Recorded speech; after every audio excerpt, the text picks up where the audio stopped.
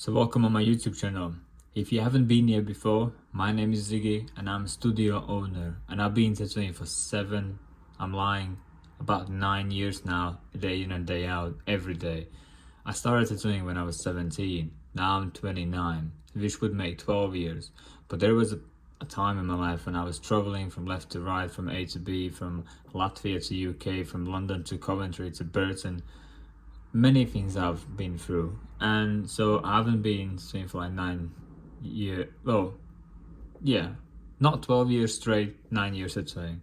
So I made like a little diagram of what I was gonna explain today. So when I first ever started to draw ornamental, it was really hard. I couldn't find any information out there. There was none given. And I feel like everybody who succeeds and everybody who knows what they do, they purposely keep the information to themselves so nobody would know and nobody would be able to gain the information. So I'm just gonna make some videos for you guys. First of all, so ornamental is pretty much there, and I decided to go put like a dagger through as they do in like old traditional work, but I'm gonna put the same kind of design through ornamental style. First of all, so I'm gonna give you explanation of how do you draw stuff like this, what actually happens there, and how they bend, and some little insights that you wouldn't even think. So first of all, every flower has a middle point. Every flower. The petals don't just get added by accident and then these lines don't go just they happen to go that way. Everything has a purpose. So every flower has the middle point. It's literally where the stem would attach to the head of the flower. So that is where the stem will be chopped off. Yeah, stem.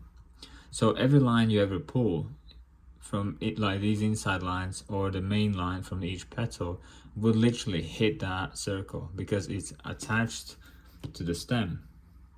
Yeah, every little middle line or bendy lines or the lines what explains what happens with the flower, how it's been bent and dent and all that stuff, they physically, all of those need to meet the middle. They cannot go elsewhere.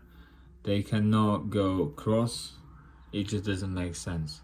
They physically, each one of them need to meet the middle. There. Same there, and all around. My advice for you would be, if you make some middle points here, just learn how to draw stuff around it so they all meet the middles.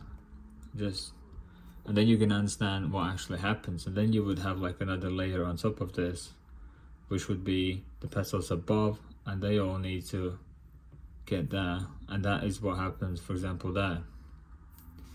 Because the middle would be around, let's say that line goes there, that's where the middle is, ish. And then all these lines would hit the middle somewhere. Does that make sense? It's where the stem would be. So that would be mini exercise. Then, second of all, this is the shape of the petal. So the bud would be, let's say, here, the middle, and then the petals grow from it. Let's say it's open, yeah, it's open. So it's like a S shape, but like backwards S. Other side would make like more like a S shape for you. But they're not straight. Some of them do come like a C shape. Well, C from this side, but C from that side as well. Some of them do, but mostly when they pass like certain area, they go like back. They're too heavy to hold the up straight position. They start to bend, and then so that's one good like important thing. So that explains why here it comes up and then would go down to that center point where we just discovered it's around there, and then it goes and it goes there, it goes up and meets there. See, that's where the S shape comes in. All these would join to there. So what I mean is, these lines, they physically cannot be just straight. They're not, because the petal, this petal is not straight, it's curved. Yeah, so all these middle lines, in between lines, the small lines, those are curved, and curved in this shape on this side, and then this shape on that side. There would be something in between, as it would be closer to you, and then something like this in front of it, because it goes up, goes back down to the middle. Make sense? These are the front ones, which would be, well, we don't really have, but that would be that. Or there would be like extra one here, and it would go up, then you wouldn't be able to see, but initially it would go underneath and hit that. So it's like, you understand what I mean. Duh, that's one. Second is, we need to speak about petal size, because it's something that I recently discovered that people don't think about it. It's when I was teaching Joe, the guy who works in my studio, that the petals are not equal. So imagine like if this is the bud here, or let's say the bud would be there, just like idea. So that's where the bud is, the middle, the pointy bit. For this to close fully, it only needs to be this long. But then the one afterwards needs to be longer than this, so he can cover and close physically, like a closed flower. For the one after, it needs to be even longer. It needs to make a bigger circle to come and close again. And then for this one, it needs to be longer, and then that needs to be longer. So this diagram shows that every single next petal, it gets longer and longer and longer. Where here I was explaining visually how it bends the small ones after, next one, eventually the last one, lengthwise, this is lengthwise, it gets longer. So if you would fold them out, this would be the outer one, second one, smaller and smaller to the middle. So which means this one physically needs to be longer, because it needs to travel a lot to close. Then that one shorter and shorter. So when you draw, it will need physically some longer ones here, where not just here, but like outer circles, they need to be longer, as in longer. And then these get shorter, and there's some small ones. So because they need to only do a small bend and they close already. Whereas if you would close this one or that one, it physically needs to travel from all the way there to here and then fold that.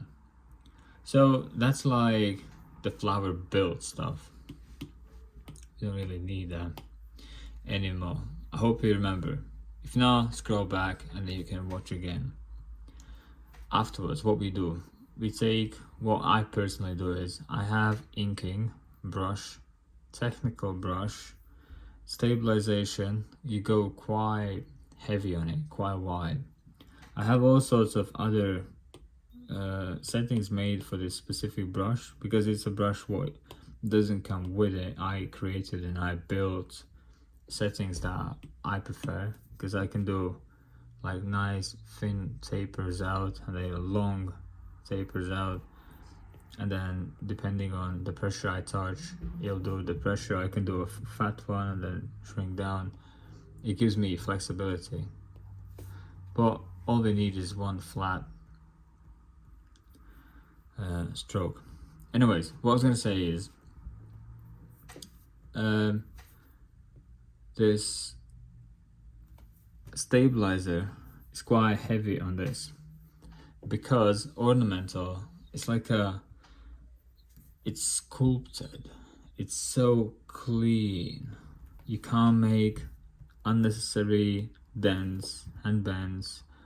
It's just clean, precise, really flowy. You can't make accidents like this. Everything needs to be with a flow. You can't make flow. If you do swirls, they need to be gradually folding inwards. They need to be gradually disappearing. You can't do this. Well, you can, but you know what I mean. Then let's go back with that layer. I deleted that layer. So what I do is I go from smaller, one big, smaller again. So you got a small section, then one big section, smaller again. Small one, big one, small one. Starts with small, goes with a bigger one, bends in the small one. And then sometimes I do double size, well, ish. It's almost equal, but double. But these are like rare occasions. You could see them there, and that's about it. Mostly I stick with triple. Sometimes I get quite creative. I could be pulling line and bending that inwards. So it would like create like a dent, like a proper dent. That's sometimes, but mostly it's just triples. And you need to have really clean, consistent. So if you make a bump like this, it needs to be even. You cannot create like this. It's uneven, unbalanced. It needs to physically flow as clean as you can possibly make it. And then if you do longer ones, they also need to be clean. You cannot do accidental wobbles in between. It just looks dirty. It doesn't give that prestige ornamental look. You can't make uneven. It has to be clean cut. And then let's say we do these lines needs to be clean in. Straight line, but curved line. Just beautiful.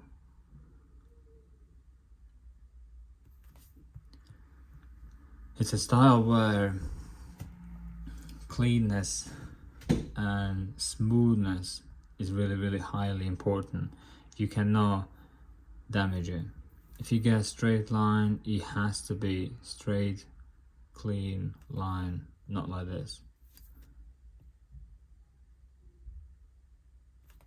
It's one clean line, as clean as you can possibly get. Then line size, you don't go thinner or thicker, you go either thick, either thin. But then basically you can use, let's say this would be a 5 liner, you can go with like 9, and then perhaps if you please, I don't know, some 14 round shader or 11 round shader, and that's it. You cannot start with a thick and then go with a thinner one. That falls in neo-trad. That's totally different style now, and we are doing wrong again. Yeah, it's one thick style. So in my presets, I pick, let's say that would be 9. I'm just guessing, I'm not saying it's 9, I'm just saying. So 1 thickness, 1 pressure, and then we do all of that outer line, just that. Then let's say we pick the small one, and we do with that size, all of it, all of the small ones, done with one size. So all of it looks consistent. The gaps between lines, you keep consistent. You cannot do accidentally like this, it just looks wrong. If they become too close, that's wrong. They need to be even as you can get. If they gradually bend, so for example, what could be fine, let's say here, so they all need to go to the focal point, so they need to start wider, all of those, and they need to gradually bend in. So all of these distances has to be equal. So outer starting points need to be as equal as you can possibly get, and then as you line, they all need to gradually look like they lose the same amount of distance. So let's say if in here they're like 6 mil, then here that becomes 3. So all of these have to be equal again. Does that make sense? Equal, equal, equal, equal, equal, equal, equal. These are like kind of rules or like a settings what we all follow, but once it's done, you can kind of see on the sketch already it looks quite consistent and quite good. But I still want to make it really neat as possible, and when it's executed really neat, it just looks like a sticker. It looks fake, it looks like, it just looks mint. And this is not a beginner tattoo. You cannot fail on any of those lines. Every single line needs to be carried out with clean precision. Every line has to be done perfectly. You can't make wobbles like that, because what happens is if all the lines are mint, really clean, executed really nice, and then one will just be standing out and it will scream out by itself, and then God forbidden you get a wobble on a bigger line and that will be just sticking out, because everything becomes so clean and you make one mistake and it's out. You will notice, you will see. Because when it comes to like neo-trad, you can make bends and dents, you can play around, you can have fun. It's cool. If you make some dents in the leaves like this, it's fine. Like you can just start bending some crease lines here and it'll be cool. Why not? But not this style.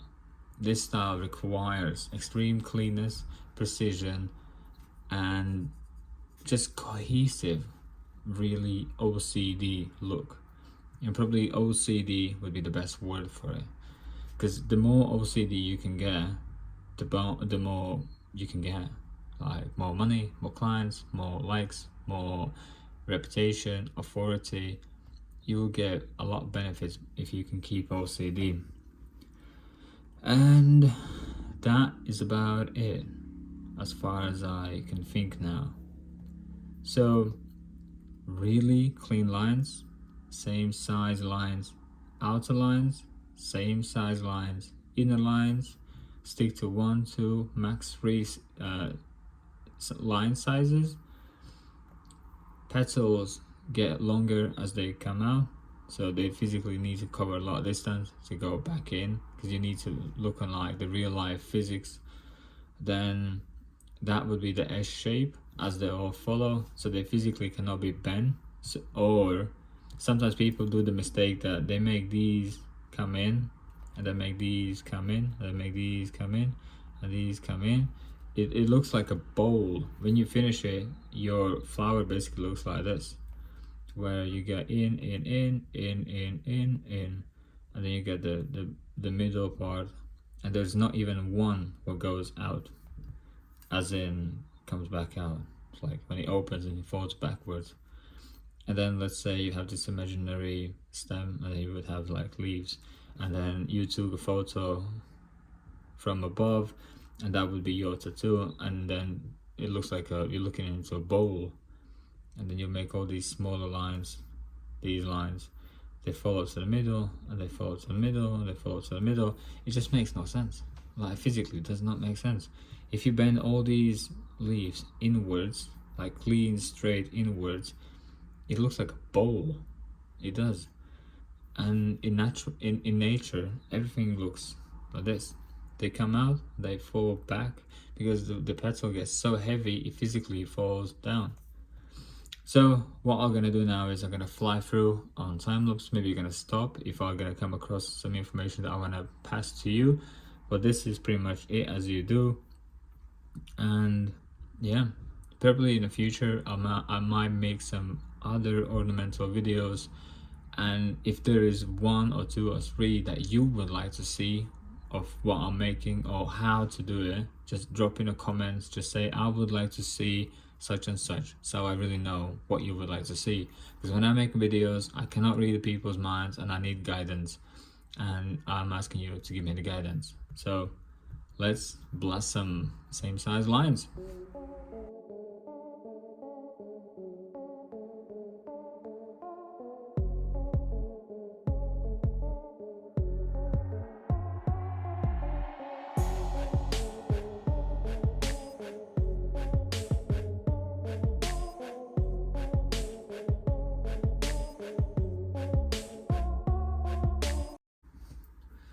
Now I want to do the sword first, then jump on these lines. So what I do is key, canvas, drawing guide, edit. You come here, says symmetry, options. There's multiple. There's horizontal, so we'll copy that to that. Quadrant, it copies one and then in 4 sections or 6 sections. We need this. Then we come here, take the blue one and add, so the middle is to the middle and it all lines up. So when we draw one side, the other one will naturally just gonna copy us. Press done, and that's it. Now we can do, well, almost. So here, plus, so I'm gonna draw the sword in a new layer. Then if you click here, it says drawing assist. So now it's gonna be turned on and it's gonna say here it's assisted. So now we can just pull those lines and we have both sides done. I made purposely on the second layer, well, different layer, because sometimes I make decisions on the spot and I don't want that to be interfered with the flower. So sword is sword and then flower is flower, and those decisions don't get crossed. For example, here I can line it here, but on here it goes over. So I just need to delete basically on this layer when we turn that off later on. And we repeat all the procedure here, draw on this side or that one, and it will automatically get a copy. You will need to turn it off from this section, so you can get this spinny part. But anything was symmetric, that's the way to go. So let's go.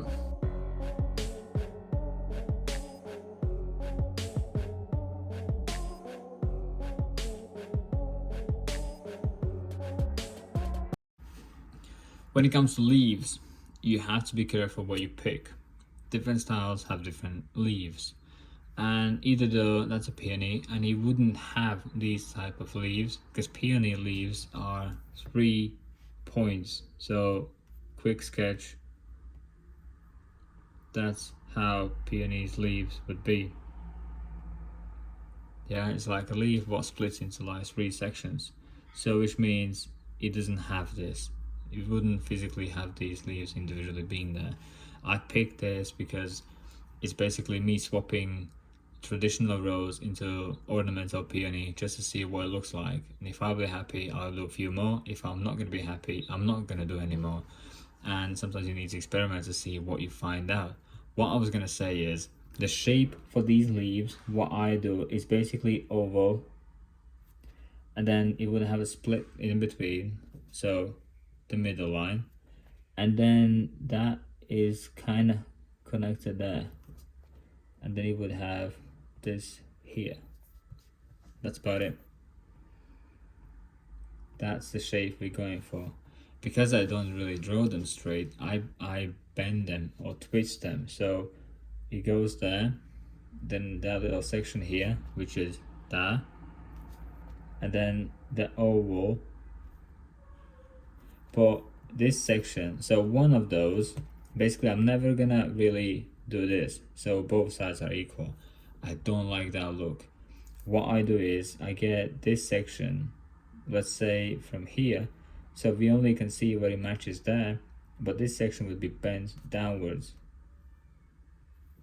and then one side I would finish more than the other, because this would be tilted that way. This physically, that side would be on other side, which means I wouldn't be able to see the start of that section because it's bent other way around. So whatever I pick, so if it's this side, then I will do that one, smaller one, this bigger, which represents that this one is bent that way. Make sense? So be careful what leaves you pick, because this style and these flowers do not like these. They do not like these. It makes no sense. People like to draw weird shape of leaves to places they don't belong.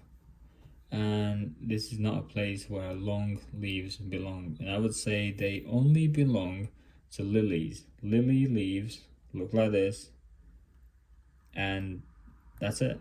Keep them there. Keep them to lilies. But when it comes to ornamental or anything else, it's ovals. Sometimes people even over exaggerate. They do like this. They turn into more ovals, and then you would bend the smaller lines this way, or you do onto the other extreme where people curve them way too much. But it's still cooler and still more pleasant than these leaves what people do. It just makes no sense. People like to do some bunny ears, or like a rice if you zoom in, or like corn grains. It just makes no sense. Ovals, yeah, go for more ovals with little spiky bits. And sometimes you can go a little bit more creative. You can bend that in, and then it would come out, and then bend in, then comes out. It just adds a little more coolness to it, but that's the generic shape, and that's basically you seeing that sideways, because the other side would be another side, and if you would see through, it would be there. It would be smaller because it's not this side, so ideally perspective would kick in, and that would become shorter than that one. So it would start here and then come there, and start here, come there. Make sense? End, middle. So that's what I was gonna stop for a second and explain to you. Don't draw those triangle, weird looking. Draw more oval with sharpie bits like I just explained. And if you need to practice, rewind back on that moment, press pause, and just copy them. Literally copy on like a spreadsheet or on a paper or on a sketchbook. Just copy them, because I did that back in the days. Just copy them till you grain that, till you understand how it's been built, and then you'll be fine. But till then, let's bless some lambs.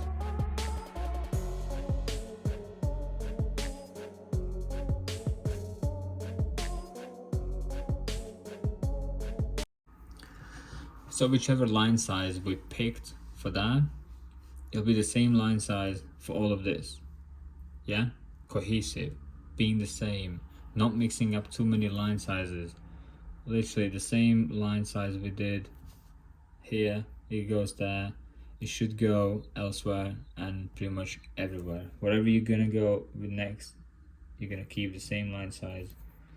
Whenever you pull up parallel lines, you need to make sure it's parallel, and then same distance here at the start will be the same distance in the middle. You can make nice pointy bits if you please, just makes it more cooler, but same, and then it gradually loses distance in between and everything goes nicely together. Yeah, this is really like a style where you have to become really clean and really precise. Nothing can look out of shape. It's order and cleanness. Only then you're gonna succeed in this style. And once you're gonna learn that, it will be a natural instinct for you to apply everywhere. Whatever you're gonna do, you're gonna have this mentality of really clean, really precise, and on point everything. Yeah, so whatever the line size we picked for these, is going to be in between here, these smaller ones, and also the lines in the leaves. So let's pull some lines.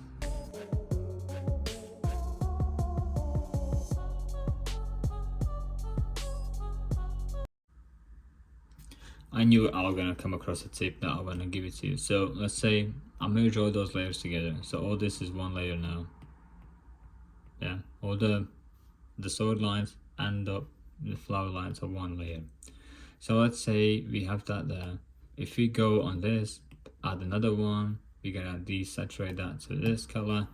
And basically, if I pull these lines down, I do like to mark myself where they're all gonna go. And if I mark myself with this kind of line, and then later on, if all the lines start from it, they all gonna be perfectly in the same distance. Does that make sense? So you kind of add a boundary for yourself that you're gonna follow, that later on when you delete the layer or deselect it, it'll disappear, and you're gonna have perfectly aligned all the lines with equal distance all the way through. It's a small trick for me, what I learned myself, because when I did back in the days loads of these flowers, I was kind of struggling to align them all perfectly same distance, and then I came up with this solution where I can mark myself to where I'm gonna line these lines, and they're all gonna finish with perfect distance. So that's the one for you to take home.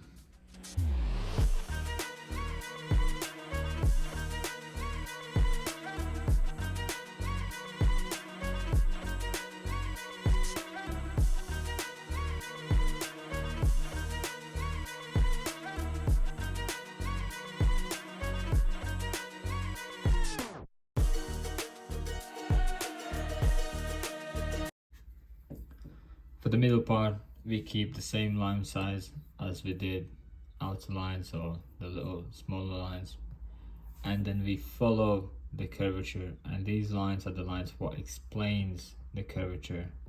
You can bend them in, you can bend them, it would still kind of make sense.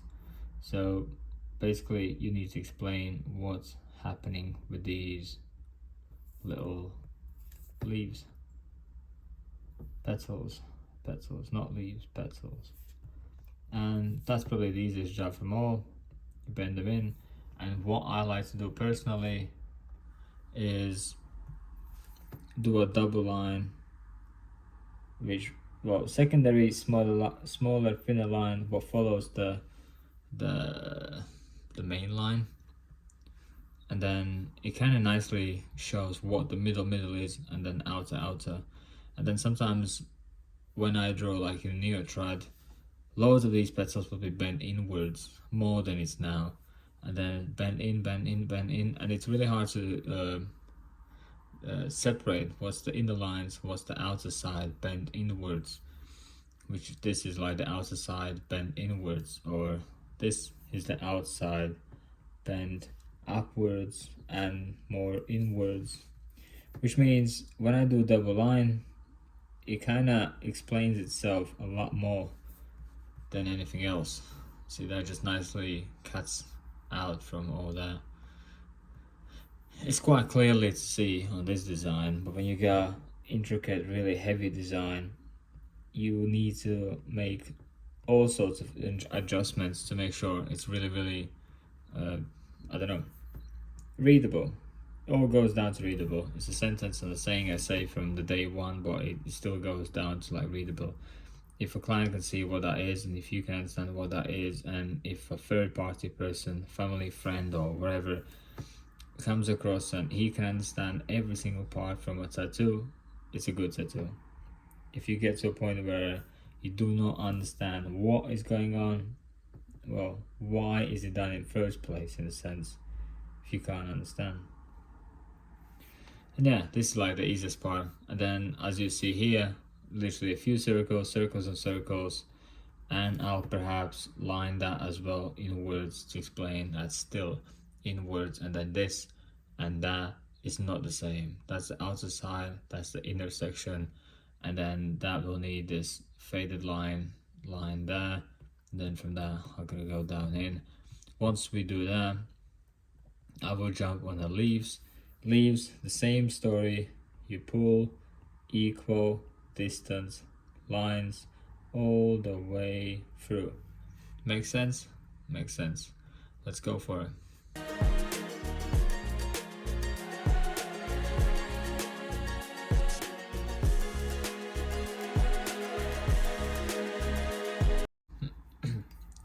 So this is a tattoo tip. Nothing to do with like drawing. Well, it is, but it's more like tattooing. So when I tattoo these leaves, what I do is I go up. So this is like black work leaves or whatever. I go up and I literally adjust there, boom, down. So the time amount spent not lining is extremely small. And you just line, line, line, and line. Well, I kind of made a mistake there, not focusing too much. But it literally, it saves you so much time when you tattoo. You don't go this. See, like the travel distance you spend is quite a lot. Well, I would consider that a lot. If you can just do this. You go up, switch to a mill, go down. Switch to a mill, go up, switch to a mill, go down. It's extremely fast tattooing when you apply that in daily life. It's a small thing, but it's not about what you do, it's about what you don't do, what increases your speed. And see, I pull these lines way too close, well, on purpose, so they would stand out from this. So if I would pull every second one, the distance would be almost as equal as distance here.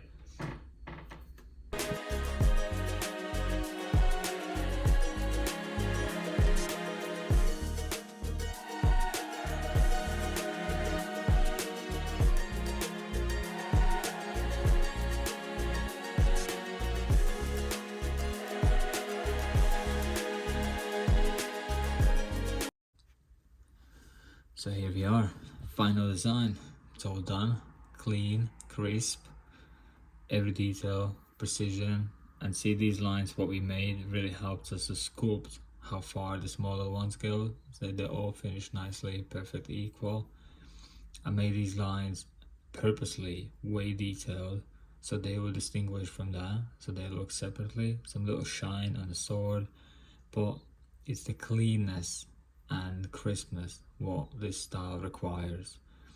If you do on a paper and if you don't have digital tools, that would be even better, because then you would train your hand to be really clean and precise, and when you apply that into the world, you are unstoppable, unbeatable, and your lines will be extremely nice and your clients will be really thankful.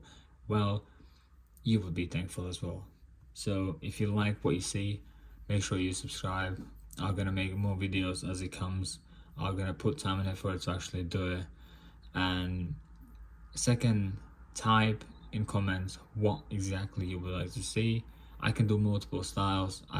In 9 years I've been through many styles, and you can ask anything really, and it's just you need to give me guidance what I need to make more, and then I'm just gonna make it. Plus it's the stuff what I'm gonna put on Instagram, and people are gonna book in and it'll be up for sale, and I'm gonna make money anyway.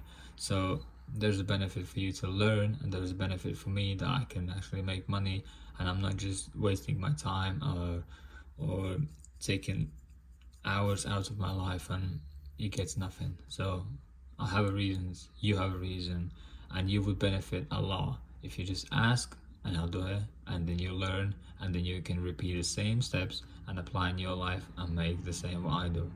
So I hope you enjoy. If you did, then cool.